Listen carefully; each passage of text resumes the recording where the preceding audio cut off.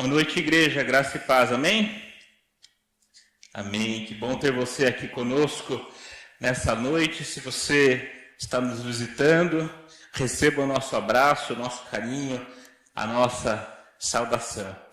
Convido você a localizar junto comigo a sua Bíblia na segunda carta do apóstolo Paulo a Timóteo, no capítulo 3. Nosso tema hoje é a Bíblia e a Reforma.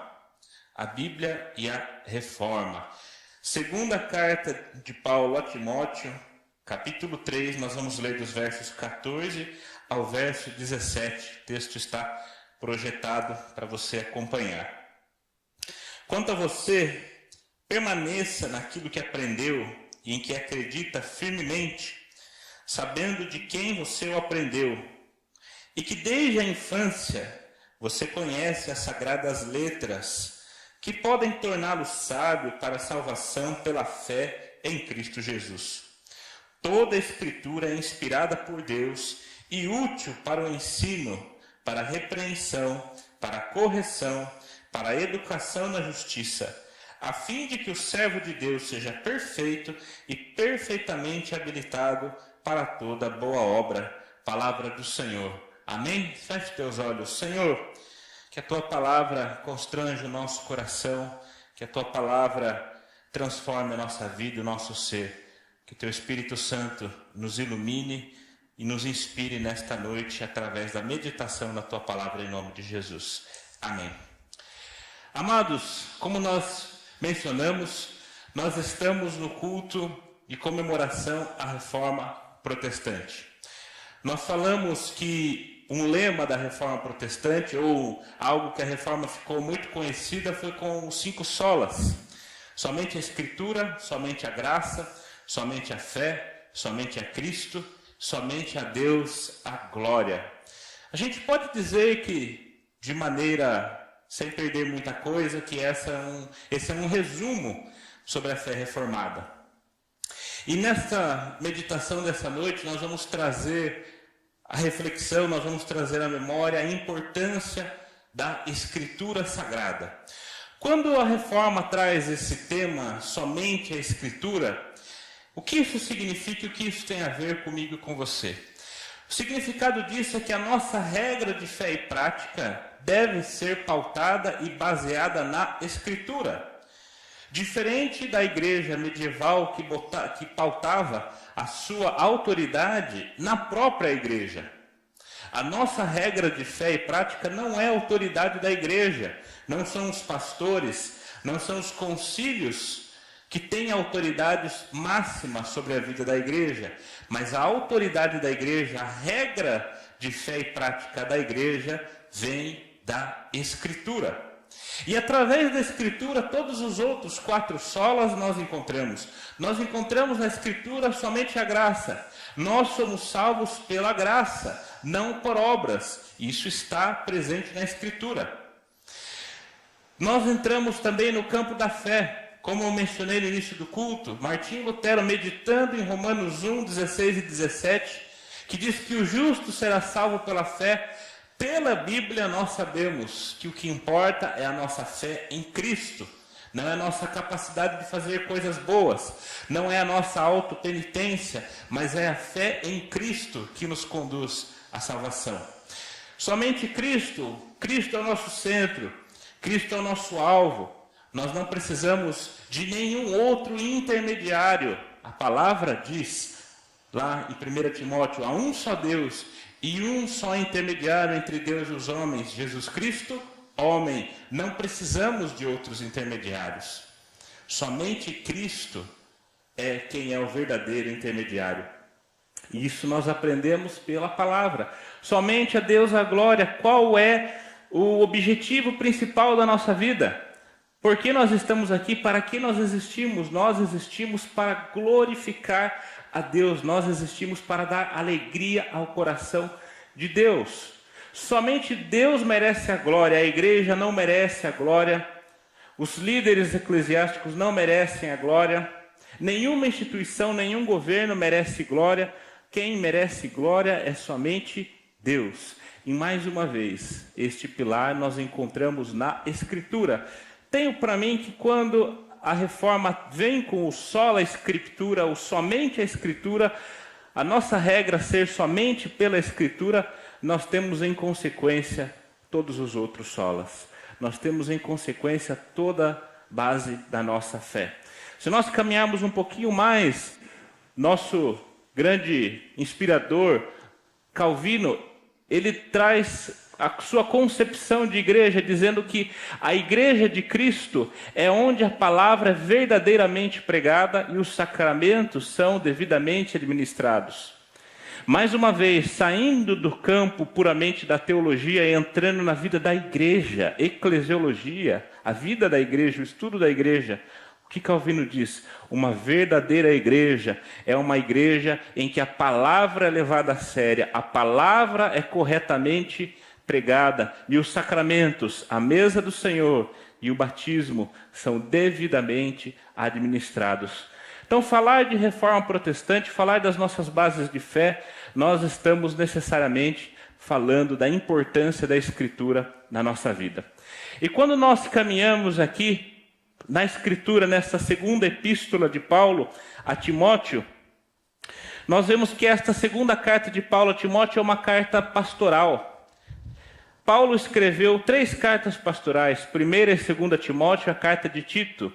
Por que são chamadas de cartas pastorais? Porque Paulo está pastoreando o coração desses 2 jovens líderes, Timóteo e Tito. Na primeira carta de Paulo a Timóteo, Paulo dá muitas diretrizes sobre a liderança e a condução da igreja. Mas na segunda carta de Paulo a Timóteo, Paulo fala muito pessoalmente ao coração de Timóteo. Podemos dizer, entre aspas, talvez, que na primeira carta de Timóteo, Paulo trata do ministério de Timóteo, da igreja de Timóteo. E na segunda carta a Timóteo, Paulo trata do coração de Timóteo. É uma carta maravilhosa, uma das cartas que eu mais gosto do Novo Testamento, muito íntima, muito pessoal. Paulo dá conselhos à vida de Timóteo, e aqui no capítulo 3, nos textos que nós lemos, Paulo exorta, encoraja Timóteo a que ele permaneça fiel na Escritura.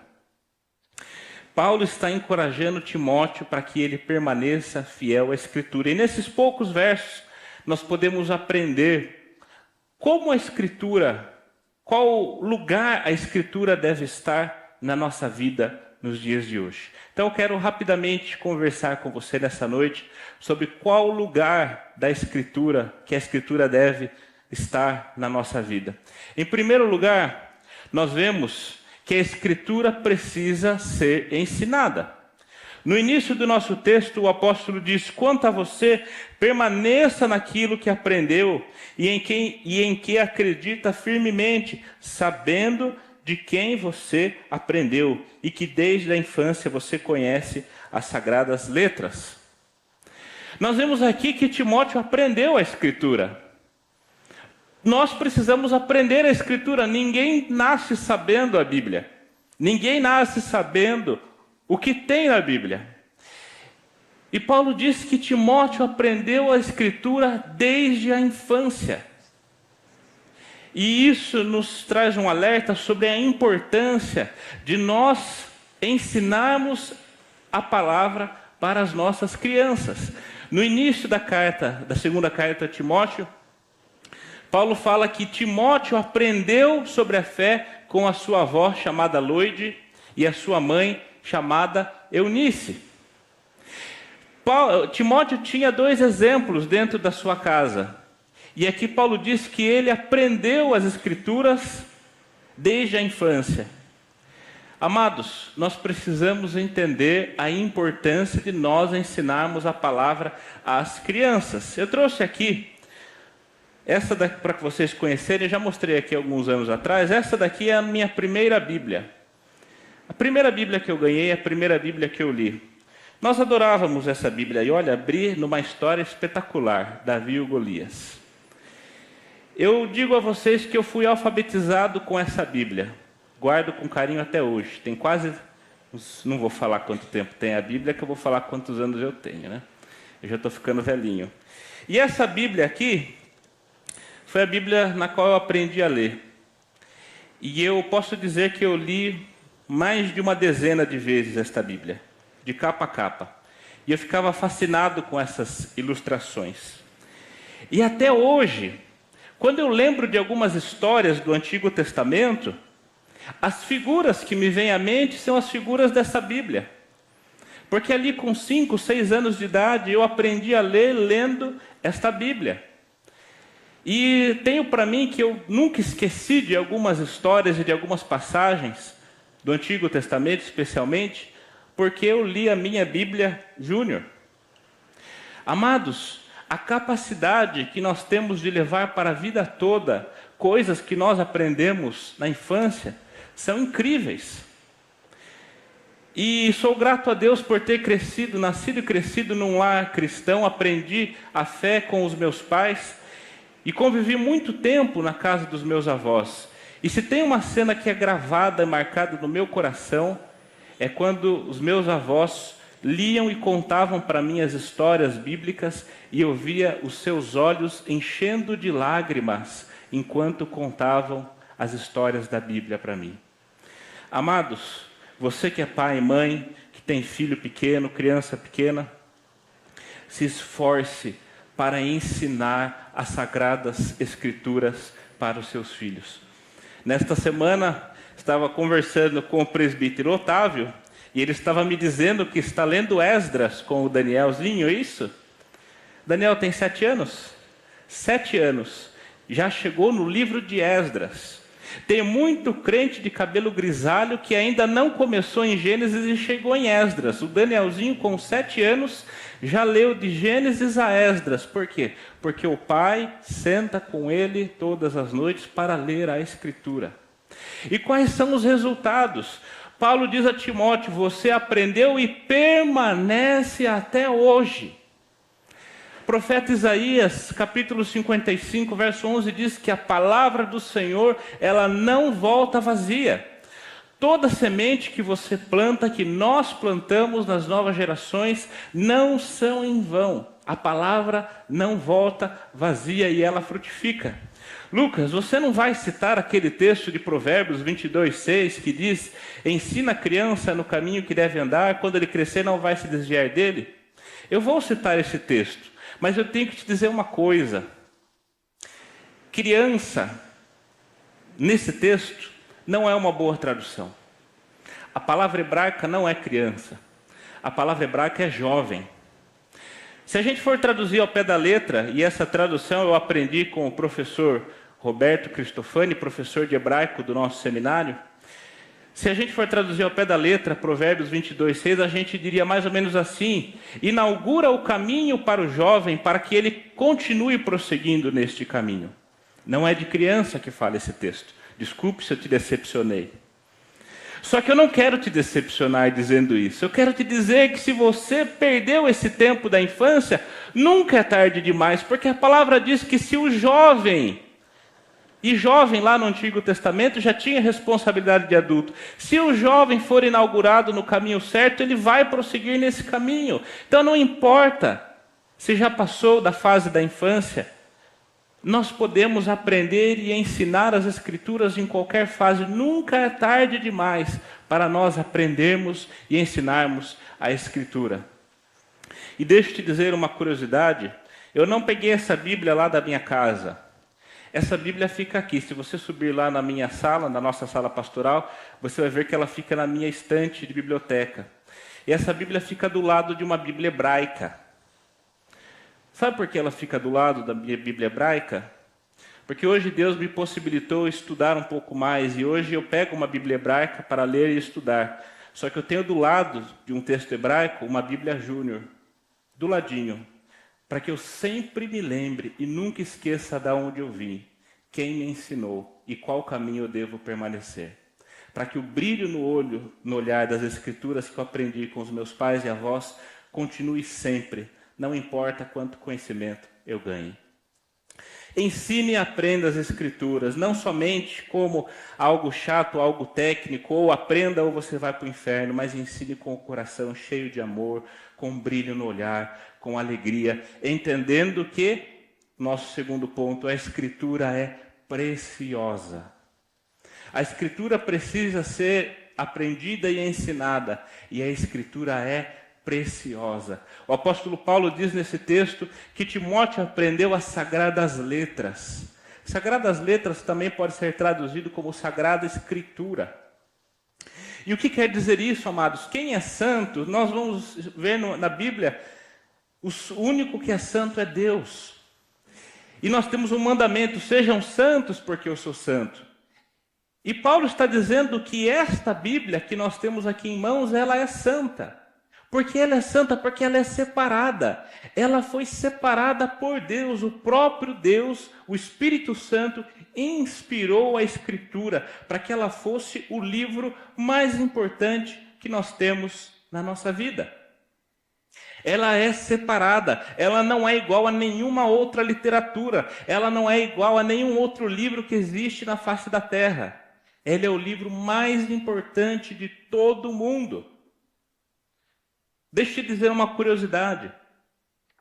De todos os livros antigos, da época romana, antes da Idade Média, tudo que nós temos de literatura grega, greco-romana, o Novo Testamento é o documento mais confiável que nós temos. Por quê? Porque é o mais amplamente copiado. Eu não vou me lembrar de cabeça dos dados, mas são números discrepantes. Nós estamos falando de algumas dezenas de obras famosas, de filósofos famosos, contra literalmente centenas ou milhares de cópias. Por quê? Porque esse livro foi separado. Porque desde sempre se entendeu que o Espírito Santo soprou para os homens que escreveram a Bíblia. A Bíblia é escrita por homens que foram inspirados pelo Espírito Santo. É o que Paulo diz no verso 16: toda Escritura é inspirada por Deus. Inspirada pode ser traduzido como soprada. Deus soprou a Escritura. E quando nós estamos nesse contexto de 2 Timóteo, talvez nós nos perguntemos: mas que Escritura nós estamos falando? Hoje nós temos a Bíblia fechada em mãos, mas naquele contexto, de que Escritura Paulo estava falando? Sim, Paulo estava falando do Antigo Testamento. Então, isso serve como um alerta para nós. Às vezes nós lemos muito e conhecemos muito o Novo Testamento, e nós negligenciamos o Antigo Testamento. O Antigo Testamento é maior, né? Tem livro grande. Você chega lá em Isaías, tem 66 capítulos para ler, é muita coisa, né? Não dá para ler um capítulo por dia, eu vou levar mais de 2 meses para ler Isaías. Nossa, que demora. Vamos direto para os evangelhos, a gente já vai de onde interessa. Amados, não. Nós precisamos entender que o Antigo Testamento é a palavra de Deus inspirada pelo Espírito Santo e também é a nossa regra de fé e prática. Eu encorajo você que tem um grande apreço pelo Novo Testamento e nunca leu o Antigo Testamento, eu encorajo você a ler, aprender e entender o plano de Deus na história do seu povo. Não dá para a gente entender o Novo Testamento se a gente desprezar o Antigo Testamento. Mas então, entendi. Paulo está dizendo que a Escritura é inspirada por Deus. E no contexto de Paulo, a Escritura é o Antigo Testamento. E o Novo Testamento? Nós conversamos sobre esse texto hoje na Escola Bíblica Dominical, estudando a segunda carta de Pedro. Quando nós chegamos em 2 Pedro, no capítulo 3, os versos 15 a 16, Pedro cita as cartas de Paulo. E ele fala que as cartas de Paulo têm ensinamentos preciosos para a vida, às vezes difíceis de entender. Está vendo, amados? Até Pedro achava Paulo difícil de entender. Então não se sinta mal quando você não entender alguma coisa que Paulo escreveu. Não se sinta mal porque você leu lá 1 Coríntios capítulo 15, você viu lá o batismo pelos mortos, e você fala: meu Deus, o que significa isso? Eu vou morrer se eu não entender isso. Calma, o apóstolo Pedro disse que era difícil de entender. Nem sempre é fácil a gente entender alguns versos. Só que o que o apóstolo Pedro fala nesses versos? Que assim como os falsos mestres tentaram, os falsos profetas, deturparam a Escritura, também deturpam as cartas de Paulo. Pedro está colocando as cartas de Paulo em pé de igualdade com as escrituras do Antigo Testamento. Ou seja, amados, o Antigo e o Novo Testamento, a obra completa, a Bíblia como um todo, é inspirada, é soprada, é dada de Deus para a minha vida e para a sua vida. A Bíblia é preciosa, ela é separada. E Deus não vai dar coisas ruins aos teus filhos. Certa vez, vendo no Instagram posts que compartilham de certos pastores, eu vi um post que eu falei, meu Deus do céu, misericórdia, dizendo igreja para os fortes. Por isso que as verdadeiras igrejas têm poucas pessoas. Porque a igreja lotada está recebendo melzinho na chupeta. O evangelho não é convidativo. O evangelho é rígido. Fala, mas alguém não entendeu direito a Escritura. Porque o Salmo 19, verso 10, diz que os mandamentos do Senhor são doces como mel. E aí vai dizer que o evangelho é para os fortes, tem que ir lá bater, tem que ser ruim, tem que ser difícil. Eu não vejo Jesus agindo assim. Eu vejo Jesus uma pessoa doce. Tanto é que atrair as crianças. Criança, não sei se você já percebeu, mas criança não é interessada muito em teologia. Criança não é muito interessada em ortodoxia. Se tem criança pequena, comece a conversar sobre ortodoxia com a sua criança, com o seu filho. Veja o quanto ele vai se interessar. Criança gosta de quem? Criança gosta de gente alegre, de gente doce, de gente que gosta delas. As crianças corriam até Jesus porque Jesus era uma pessoa convidativa. Assim a palavra de Deus é convidativa. Um verso do Salmo 119, aliás, o Salmo 119 é o maior capítulo da Bíblia. Mais de 170 versos, 176 versículos, se não errei. Enorme. Se você se propõe a ler um salmo por dia, quando você chega no Salmo 119, você separa um bom tempo para você ler. E o Salmo 119 é um salmo que fala da própria palavra. É a Bíblia falando dela mesma. Mais de 100 versículos de uma poesia falando da Bíblia. Deixa eu te dizer outra curiosidade. O Salmo 119 é um acróstico. Ele é dividido em blocos de 6 versos. Cada bloco de 6 versos começa com uma das letras do alfabeto hebraico. Então nós temos Salmo 119, verso 1. A primeira palavra começa com a letra Aleph, a primeira letra do alfabeto hebraico. E todos os 6 versos primeiros do Salmo 119 começam com essa letra. Quando nós entramos no verso 7, inaugura-se a letra Beit, segunda letra do alfabeto hebraico. E todos os 6 versos subsequentes começam com essa letra, até a última letra, a letra Tav. E o que isso significa? É a escritura de A a Z, é tudo que se pode colocar em palavras sobre a preciosidade da escritura, está lá naquele salmo. Essa é a intenção quando um poeta hebraico faz um acróstico. E um verso do Salmo 119 diz: se não fosse o meu prazer na tua lei, há muito já teria perecido na minha angústia. Prazer na lei, ninguém tem prazer em coisa ruim, ninguém tem prazer em coisa chata, ninguém tem prazer em coisa que fere a gente, em coisa que machuca a gente tem prazer em coisas boas. Se não fosse o meu prazer na tua lei, que é boa, é mais doce como mel, eu já teria perecido na minha angústia. Ela é preciosa, é santa, é capaz de tirar você da tua angústia. Ensine e aprenda a Escritura. Entenda que a Escritura é preciosa. Em terceiro lugar, entenda que a Escritura é transformadora. Paulo diz para Timóteo, para ele permanecer, que ele permanece firme nas Escrituras. E diz, lá no verso 15, desde a infância você conhece as sagradas letras que podem torná-lo sábio para a salvação pela fé em Cristo Jesus.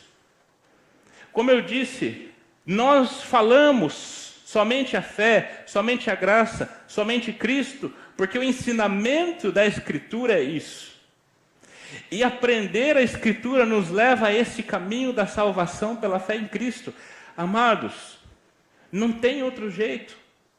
Não é ouvindo outras coisas, não é lendo outros livros, não é frequentando a tais certos lugares. É através da palavra que nós somos conduzidos à fé em Cristo. E Paulo diz que este é o caminho da sabedoria. O tolo despreza a lei do Senhor, o tolo despreza a Escritura. Mas aquele que lê a Escritura, esse se torna sábio. E essa sabedoria não é vã, essa sabedoria é a sabedoria que nos leva à salvação. E ele diz, toda a Escritura é inspirada por Deus e útil. A Escritura é útil, ela tem utilidade. Ela não é só no campo teórico, ela não traz só ideias, mas ela é útil para o quê? Para o ensino, repreensão, correção e educação na justiça. A Escritura faz de nós pessoas ensináveis. Como é terrível conversar com pessoas que não são ensináveis. Pessoas que acham que já sabem tudo. Pessoas que já têm a resposta pronta para tudo na vida. E na escola dominical nós temos estudado o Novo Testamento e nós temos nos deparado com textos muito difíceis. Eu tenho dito na escola dominical o seguinte, que Deus permite que certos textos entrem na Bíblia para que nós nunca achemos que sabemos tudo. Para que nós nunca caiamos no risco de falar, eu entendi quem Deus é, ponto final, e guardo o papel numa caixinha. Os textos complexos e os textos que aparentemente são difíceis de se conciliarem servem para nos dizer quem entendeu a mente do Senhor. A Escritura nos faz ensináveis. A Escritura mostra que quanto mais nós lemos, mais ainda temos que aprender. A Escritura é útil para a nossa repreensão, para a nossa correção. Quando nós estamos trilhando o caminho errado, quando nós estamos andando para o pecado, a Escritura nos corrige. Ela é doce como mel, mas ela não deixa de nos corrigir. Ela é linda, ela é maravilhosa, ela é preciosa, ela é agradável. Só que ela também nos corrige quando é necessário. Numa conferência que nós fomos recentemente, uma palestra do Rodrigo Bibo, ele falou uma frase espetacular, que nós guardamos muito. Nós precisamos ler a Escritura contra nós. Nós precisamos ler a Escritura e deixar que ela nos corrija, que ela nos repreenda. Leia a Bíblia contra você. Eu preciso ler a Bíblia contra mim. O que isso significa? Significa que às vezes eu estou lendo um salmo e o salmista está dizendo, ó Senhor, me cercaram os meus inimigos, e eu penso, ó Senhor, eu estou igual o salmista aqui, eu estou cercado de inimigos, eu estou cercado de gente ruim, eu estou cercado de gente que quer me fazer o mal. Ó Senhor, eu sou esse salmista aqui. Leia a Bíblia contra você. Você não é o salmista cercado de inimigos, você é o inimigo cercando alguém.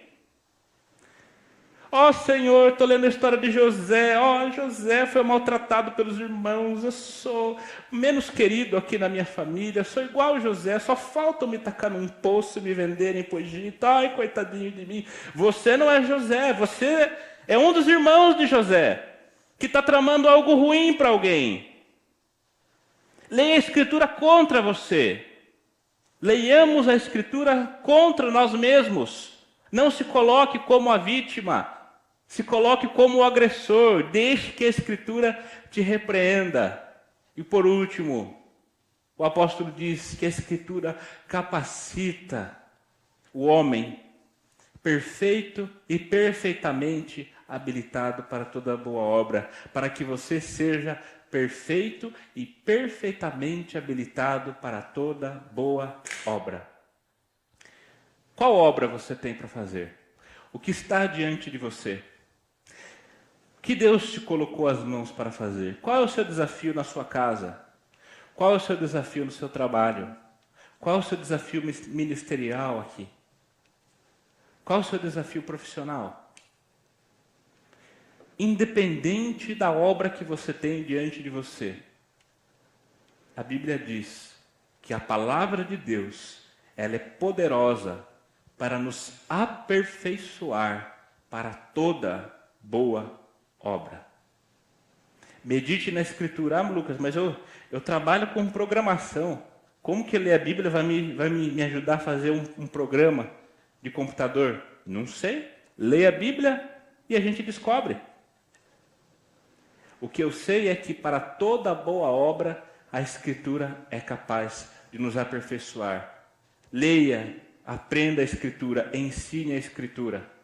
Com amor, com paixão, entenda que ela é preciosa. Não transforme a Escritura em algo puramente teórico. Aliás, o apóstolo Tiago, irmão do Senhor, diz o seguinte: sejam praticantes da palavra e não somente ouvintes, enganando-vos a vós mesmos. Se eu leio a Escritura, aprendo, viro um teólogo e não vivo o que eu aprendi, a Bíblia diz que eu estou me enganando, porque a Escritura não está me transformando. Ela é preciosa e ela é transformadora. Para encerrar, o que eu quero que você guarde, o que nós devemos guardar para a nossa vida, aprende e ensine a Bíblia. Tantas coisas nós aprendemos, às vezes gastamos tanto tempo com curso, com estudando isso e aquilo, e quanto tempo nós dedicamos para aprender a Bíblia? Aprende a Escritura. Ensine a Escritura. Muitas vezes nós, como pais, nós fazemos questão de pagar a melhor escola, o melhor curso, o melhor esporte, melhor terapia, melhor não sei o quê, e quando se trata da palavra de Deus, nem uma Bíblia decente o filho tem. Ensine a Escritura. Se não é seu filho, se é um amigo, que o Deus te abriu a porta para que você ensine a palavra, ensine a palavra. Ame a palavra. Ame esse livro. Ele é um livro santo, é um livro separado, precioso. Ame a Bíblia e deixe ela confrontar a sua vida. A Bíblia precisa ser lida contra nós mesmos.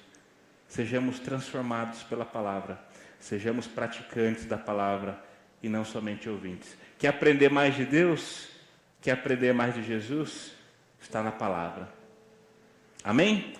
Convido você para se colocar em pé. Nós vamos louvar o Senhor com uma música que fala que o que falta hoje é fé na palavra. Eu não posso dizer que eu conheço a Jesus se eu não encontro com Ele na palavra. Não fale que o conhece se o encontra nas suas ondas de fé e não na palavra. Jesus precisa ser encontrado na palavra e não nas nossas ondas de fé. Vamos louvar juntos ao Senhor.